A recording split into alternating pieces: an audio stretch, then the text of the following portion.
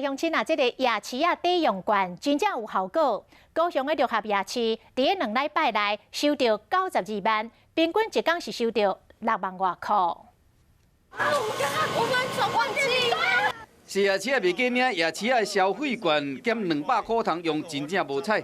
半个月前多实施尔，这游客摊贩拢还无了解，即马已经经过半个月啊，大家拢真了解啊。用人点上万，规气用机器来点，高雄六合夜市的摊贩大家拢真欢喜。 从9月16号到9月30号呢，6夜市收的夜市消费券大概是92万左右。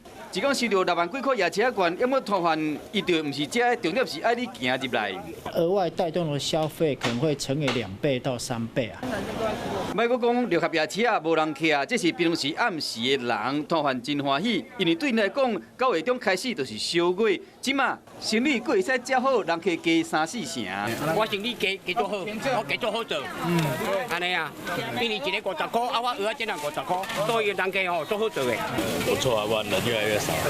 夜市券200块虽然无偌济，不过人客家己去踅夜市啊，补贴淡薄金额真有感觉。